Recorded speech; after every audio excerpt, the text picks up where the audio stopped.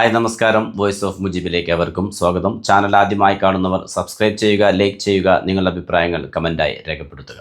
T20 world cup 2026 ആദ്യ semi final മത്സരം south ആഫ്രിക്കയും ന്യൂസിലൻഡും തമ്മിൽ മാർച്ച് 4-ന്. സൗത്ത് ആഫ്രിക്കയും ന്യൂസിലൻഡും തമ്മിൽ ഏറ്റുമുട്ടുമ്പോൾ ആർക്കാണ് മുൻതൂക്കം? വേൾഡ് കപ്പിലെ നിലവിലെ പ്രകടനങ്ങൾ കണക്കിലെടുക്കുമ്പോൾ തീർച്ചയായിട്ടും സൗത്ത് ആഫ്രിക്ക തന്നെയാണ് ഒരു പടി മുന്നിലെന്നുള്ളതിൽ ഒരു സംശയവുമില്ല.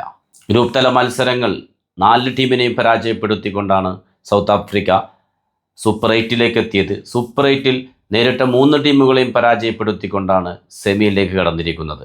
ഗ്രൂപ്പ് തലത്തിൽ ഒരു പക്ഷേ സൗത്ത് ആഫ്രിക്കയ്ക്ക് അല്പമെങ്കിലും പ്രയാസപ്പെടേണ്ടി വന്നത് അഫ്ഗാനിസ്ഥാനെതിരെയായിരുന്നു.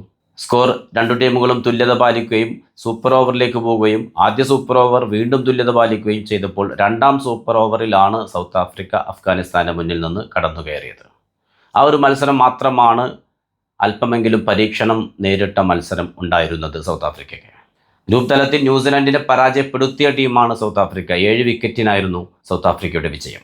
സൂപ്പർ 8ൽ ഇത്തവണ ചാമ്പ്യന്മാരാകും എന്ന് കരുതപ്പെടുന്ന ടീമുകളിൽ ഒരു ടീമായ നമ്മുടെ ഇന്ത്യയെ ഏകപക്ഷീയമായി കൊണ്ടാണ് സൂപ്പർ 8ൽ ആദ്യ മത്സരത്തിൽ സൗത്ത് ആഫ്രിക്ക പരാജയപ്പെടുത്തിയത്.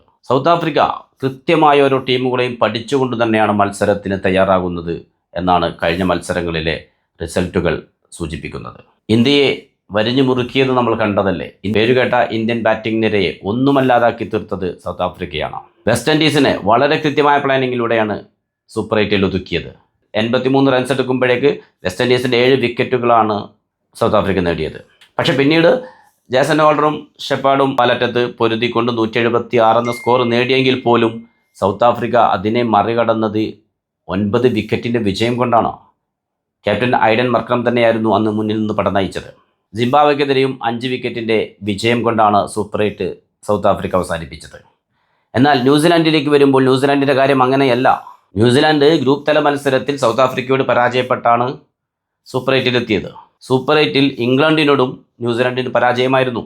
പാകിസ്ഥാനുമായിട്ടുള്ള മത്സരം മഴ മൂലം നടന്നിട്ടില്ല. ശ്രീലങ്കയെ വൻ മാർജിനിൽ പരാജയപ്പെടുത്തിയത് കൊണ്ട് ലഭിച്ച റൺ റേറ്റും പോയിന്റിൻ്റെയും അടിസ്ഥാനത്തിൽ മാത്രമാണ് ന്യൂസിലാൻഡ് സെമിയിലേക്ക് എത്തിയിട്ടുള്ളത്. സൗത്ത് ആഫ്രിക്കയുടെ ബാറ്റിംഗ് ലൈനപ്പ് നോക്കുകയാണെങ്കിൽ തീർച്ചയായിട്ടും ഒരു ശക്തമായ ബാറ്റിംഗ് നിരയാണ് south ആഫ്രിക്കയ്ക്കുള്ളത്.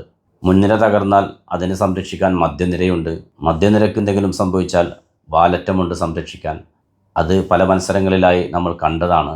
Captain Aiden Markram, de Kock, Ryan Rickelton, Dewald Brevis, David Miller, Tristan Stubbs, Marco Jansen തുടങ്ങി ഒട്ടനവധി താരങ്ങൾ സൗത്ത് ആഫ്രിക്കയ്ക്ക് ബാറ്റിങ്ങിൽ കരുത്തായിട്ടുണ്ട്.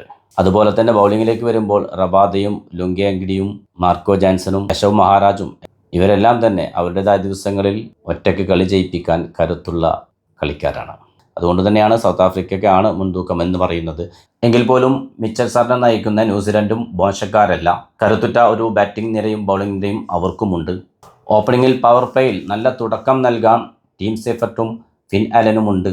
അവരിരുവരും നല്ലൊരു തുടക്കം നൽകിയാൽ വലിയൊരു സ്കോറിലേക്ക് ന്യൂസിലൻഡിന് മുന്നോട്ട് പോകാൻ കഴിയും എന്നതിൽ സംശയമില്ല. പിന്നീട് വരുന്ന Rachin Ravindra, Glenn Phillips, Daryl Mitchell ഇവരെല്ലാം തന്നെ ബാറ്റിങ്ങിന് ശക്തി പകരുന്ന താരങ്ങളാണ്. വാലറ്റത്ത് ഓൾറൗണ്ടറായി ക്യാപ്റ്റൻ മിച്ചൽ സാന്റ്നറും വരാനുണ്ട് എന്നത് ന്യൂസിലൻഡിന് ആശ്വാസകരമാണ്. ന്യൂസിലാൻഡിൻ്റെ ബൗളിങ്ങിലേക്ക് വരുമ്പോൾ ക്യാപ്റ്റൻ തന്നെയായിരിക്കും ബൗളിങ്ങിലെയും തുറുപ്പിച്ചിട്ട്. അതുപോലെ തന്നെ മാറ്റ് ഹെൻറി ഭയപ്പെടേണ്ട ബൗളർ തന്നെയാണ്. മാറ്റ് ഹെൻറിയെ എത്ര കണ്ട് മറികടക്കാൻ സൗത്ത് ആഫ്രിക്കയ്ക്ക് കഴിയും എന്നത് കണ്ടറിയേണ്ട കാര്യമാണ്.